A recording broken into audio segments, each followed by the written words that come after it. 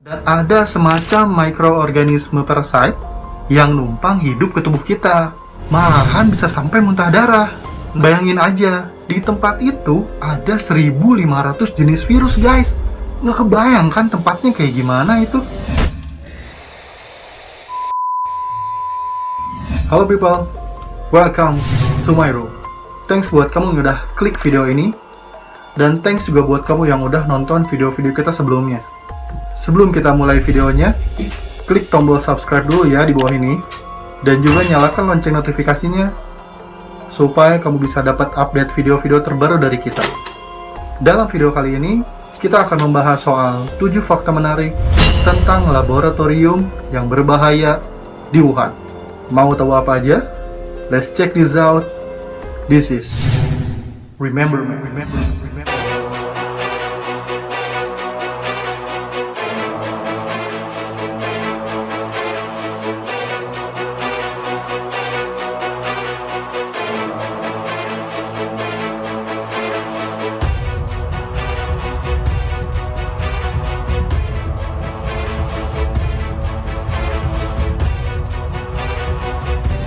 Oke guys, thanks buat kamu yang udah klik subscribe-nya. Dan sebelum kita masuk ke pembahasan, ada 7 fakta menarik tentang laboratorium yang berbahaya di kota Wuhan, yaitu Laboratorium Wuhan Institute of Virology, atau yang dikenal dengan WIH ini, belakangan jadi sorotan guys, lantaran dituding oleh sebagian pihak sebagai sumber awal pandemi COVID-19, atau yang biasa kita sebut dengan Corona.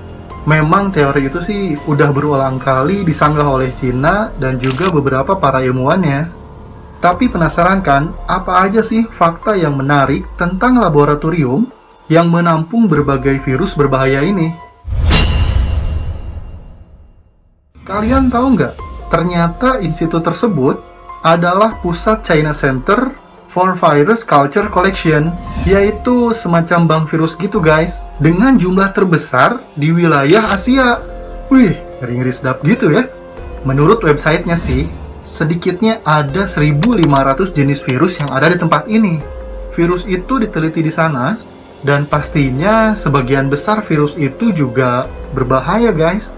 Bayangin aja, di tempat itu ada 1.500 jenis virus guys. Nggak kebayang kan tempatnya kayak gimana itu? Di laboratorium milik WIH ini punya level keamanan laboratorium dengan tingkat yang sangat tinggi. Dan lab ini tuh khusus didesain buat nanganin patogen kelas 4. Nah, patogen kelas 4 ini tuh merupakan sebutan buat jenis virus yang sangat berbahaya bagi manusia guys. Kayak salah satunya misalnya virus Ebola.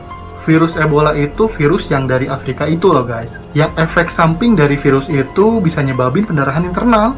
Malahan bisa sampai muntah darah. Nah, si virus Ebola itu termasuk ke dalam patogen kelas 4 guys.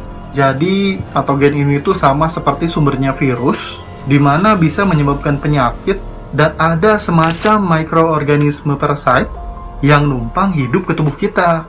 Terus bisa menurunkan imunitas atau kekebalan tubuh kita guys. Nah, si laboratorium ini tuh digunakan sebagai riset penanganan penyakitnya. Dan juga selain itu, ada juga laboratorium terpisah dengan level patogen kelas 3. Jadi ternyata di WIH ini terdapat beberapa laboratorium juga, bukan hanya cuma satu guys. Spooky juga ya tempatnya. Nah, buat bikin lab ini, ternyata biaya pembuatan laboratorium ini mencapai kurang lebih 42 juta US dollar guys. Atau kalau dirupiahkan mungkin sekitar 650 miliar lah. Dan pembangunannya itu udah dimulai dari 2003 dan beres-beres di 2015. Jadi sekitar 12 tahun tuh guys buatnya. Udah lebih dari 1 dekade tuh buatnya. Lama juga ya pembuatannya. Dan lab ini baru resmi dibuka di tahun 2018 kemarin.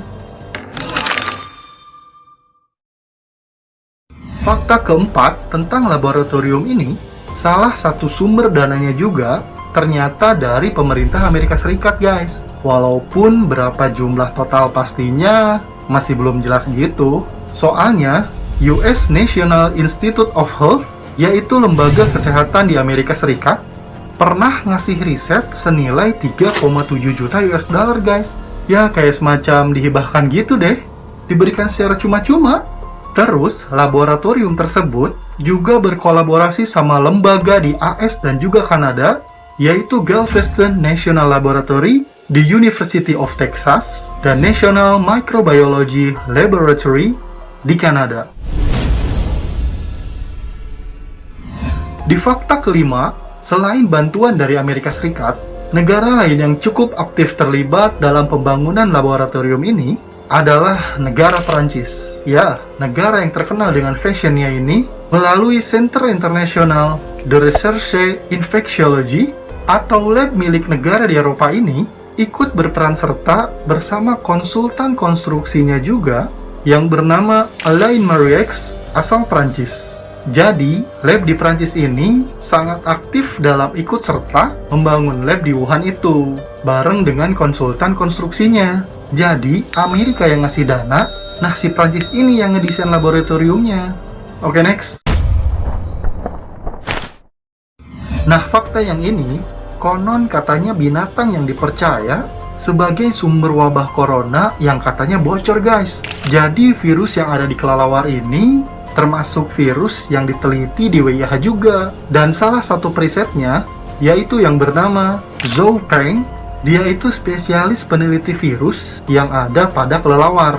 Dia pernah bilang kalau dia bersama timnya mendalami studi tentang mekanisme kekebalan yang ada pada tubuh kelelawar dan membawa virus dalam waktu yang cukup lama. Jadi kan si kelelawar itu membawa virus nih, tapi si virus itu nggak ngeinfeksi ke tubuh kelelawar itu guys. Nah, menurut si Zhou Feng ini, dengan adanya riset itu bisa ngasih harapan buat manusia dalam studi melawan virus. Sama seperti si kelelawar yang juga kebal dari virus itu guys. Oke, next.